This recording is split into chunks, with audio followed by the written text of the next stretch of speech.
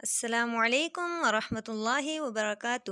پیارے بچوں، آج ہم ایک کہانی پڑھیں گے جس کا ٹاپک ہے گیا وقت ہاتھ نہیں آتا۔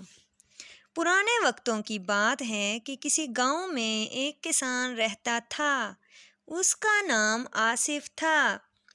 آصف دن بھر کھیتوں میں کام کرتا اور اپنے بیوی بچوں کا پیٹ پالتا۔ ایک دن وہ کھیت میں کام کر رہا تھا کہ اسے ایک چمکدار چیز نظر آئی۔ اس نے پاس جا کر دیکھا تو وہ ایک نایاب ہیرا تھا۔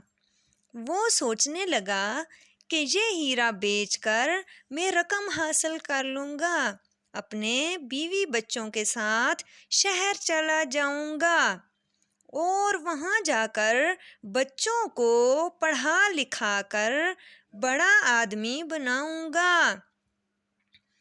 یہ سوچ کر وہ سیدھا سونار کے پاس چلا گیا۔ سونار نے کہا، بھائی، اتنا قیمتی ہیرا تمہیں کہاں سے ملا ہے؟ آصف نے سونار کو پورا واقعہ سنایا تو وہ کہنے لگا، اس کی قیمت اتنی زیادہ ہے کہ اگر میں اپنی دکان بھی بیچ دوں پھر بھی ادا نہیں کر سکتا۔ تم اس کو بادشاہ کے محل میں لے جاؤ، وہی تمہیں اس کے بدلے کچھ دینے کی طاقت رکھتا ہے۔ یہ سن کر آصف ہیرا لے کر بادشاہ کے دربار میں پہنچ گیا اور اس سے تمام قصہ بیان کیا۔ بادشاہ ہیرا دیکھ کر حیران رہ گیا اور دل میں سوچنے لگا کہ اتنا قیمتی ہیرا تو میرے شاہی خزانے میں بھی موجود نہیں۔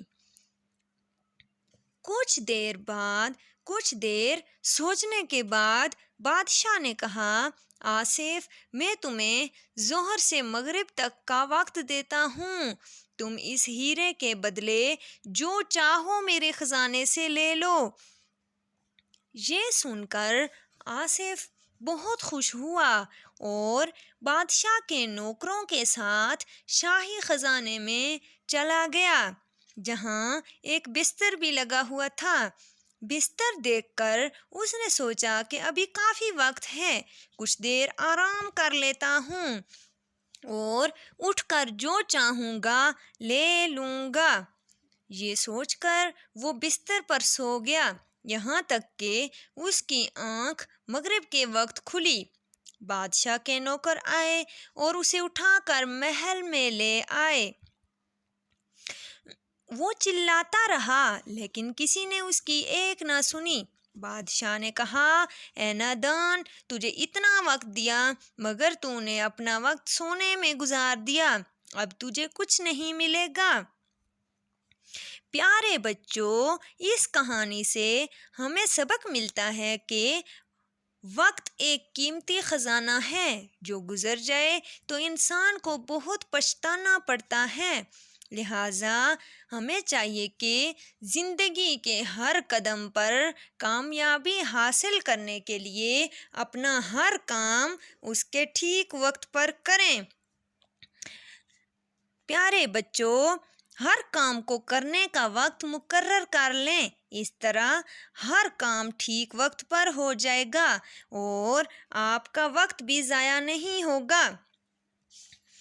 تو پیارے بچوں، آج کی اس کہانی کا مقصد یہ تھا کہ آپ لوگ اپنا قیمتی وقت ضائع کرنے کی بجائے کسی ایسے کام میں لگائیں جس کا آپ کو اس دنیا میں بھی فائدہ ہو اور اس دنیا کے بعد بھی وہ چیز آپ کے لیے صدقہ جاریہ رہے۔